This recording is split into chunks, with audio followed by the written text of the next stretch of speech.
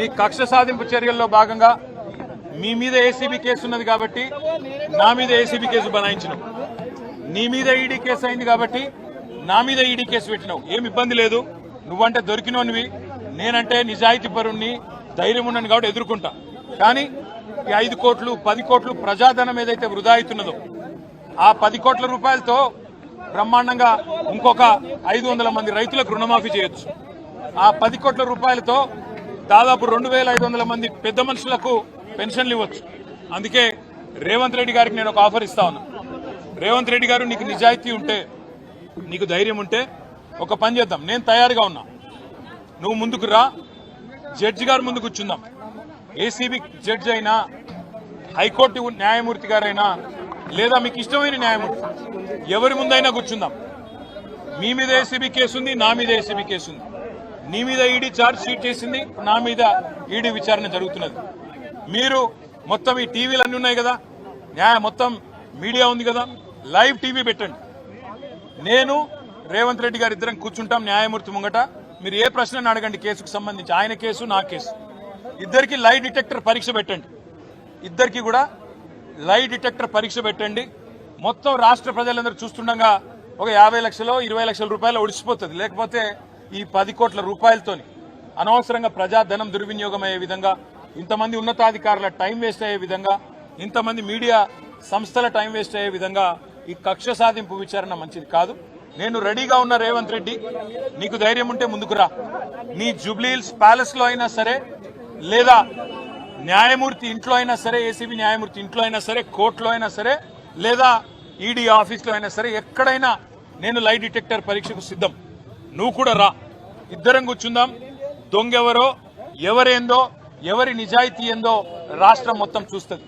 నీకు ధైర్యం ఉంటే వెంటనే నిర్ణయం తీసుకో. డేట్ నువ్వే చెప్పు, టైం నువ్వే చెప్పు, ప్లేస్ నువ్వే చెప్పు, నేను వస్తా. నిజాయితీగా నా చేయిస్తా. నువ్వు లై డిటెక్టర్ పరీక్ష పెట్టి నువ్వు కూడా పెట్టుకొని కూర్చో. ఎవరు ఏందో రాష్ట్ర ప్రజలకు తేలుతుంది. సరే, ఈ కేసు విషయానికి వస్తే విచారణ జరుగుతూ ఉంది. ఇప్పుడే నేను చెప్పాను, విచారణకు ఇంకా ఎన్నిసార్లు రమ్మన్నా వస్తా, ఎన్ని ప్రశ్నలు అడిగినా సమాధానం చెప్తా, ఎన్ని రకాల పరీక్షలు పెట్టినా భరిస్తా. ఎందుకంటే నిజం, నిజాయితీ అల్టిమేట్ గా గెలుస్తుంది. న్యాయం, ధర్మం గెలుస్తుంది. హైకోర్టులు ఉన్నాయి, సుప్రీంకోర్టులు ఉన్నాయి, లోకల్ కోర్ట్స్ ఉన్నాయి. న్యాయమూర్తుల మీద విశ్వాసం మాకుంది. ముమ్మాటికి ఈ రోజు కాకపోతే ఇంకో 4 రోజులకు వాస్తవాలు ప్రజలకు తెలుస్తాయి.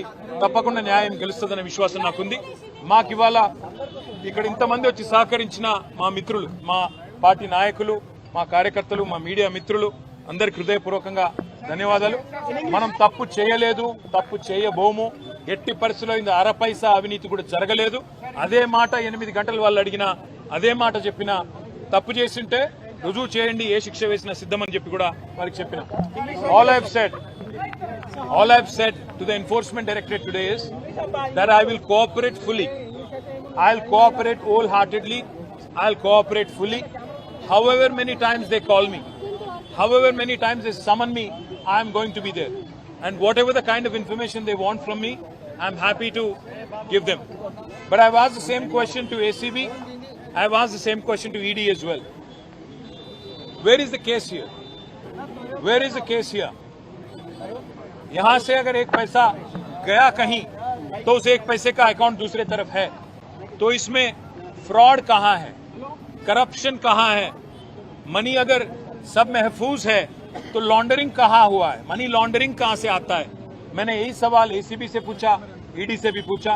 उम्मीद करता हूं, क्योंकि ultimately we all have to believe in the justice system of our great country, and as a law abiding citizen, as a citizen of this country who firmly believes that Indian constitution gives me my rights, my civic rights, I believe that no matter what level of political vendetta, what level of malafide intention the chief minister has, I have no problem. But I do have one offer to give to the chief minister of Telangana. Revanth Reddy ji, मैं आपको एक आज offer दे रहा हूं. संक्रांति का मौका है, offer ले लो. क्योंकि आप 1 मिनट सोचो, आप पे एसीबी केस है. 50 लाख रुपया देते हुए, एमएलएस को खरीदते हुए आप पकड़े गए 2015 में. वो केस अभी चल रहा है. उसी केस का फिर ईडी ने भी केस किया, चार्जशीट भी फाइल किया. आप लड़ रहे हो, अभी भी कोर्ट्स में लड़ रहे हो. तो मैं इसलिए रेवंत रेड्डी जी को ऑफर दे रहा हूं. आप वेंडेटा, विच हंटिंग के एक चक्कर में आपने मेरे पे भी केस लगा दिया, कोई बात नहीं, हम इसको झेलेंगे।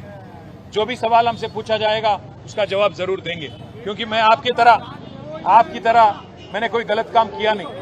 मैं आपको एक ऑफर दे रहा हूं, आप जब भी तैयार हो, डेट आप तय करो, जगह आप तय करो, टाइम आप तय करो, दोनों बैठ जाते हैं। आप भी बैठ जाओ, मैं भी बैठ जाता हूं, क्योंकि आप पे भी एसीबी केस है, आप पे भी ईडी केस है, मुझ पे भी आपने लगा दिया। तो इसलिए मैं कहता हूं, मैं लाई डिटेक्टर टेस्ट के लिए तैयार हूं। आप जगह, प्लेस आप चुनो, आप भी लगाओ लाई डिटेक्टर टेस्ट, मैं भी लगा लूंगा।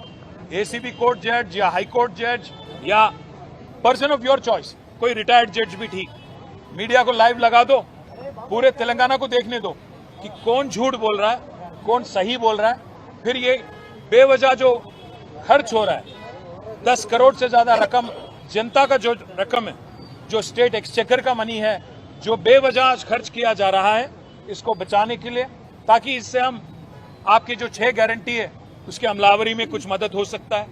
पैसा अगर बचेगा तो राज्य में कुछ डेवलपमेंट हो सकता है। इसलिए मैं रेवंत को ऑफर दे रहा हूं, आप आगे आइए, date, place, time of your choice, you decide. I will come wherever you want me to. If you want me to come to your Jubilee Hills Palace, I'll be there. वहां पे आप live telecast लगाओ, live detector लगा दो, जज के सामने बैठ जाएंगे, कौन चोर है, कौन सही है, पूरे तेलंगाना को और तेलंगाना जनता को तय करने देंगे।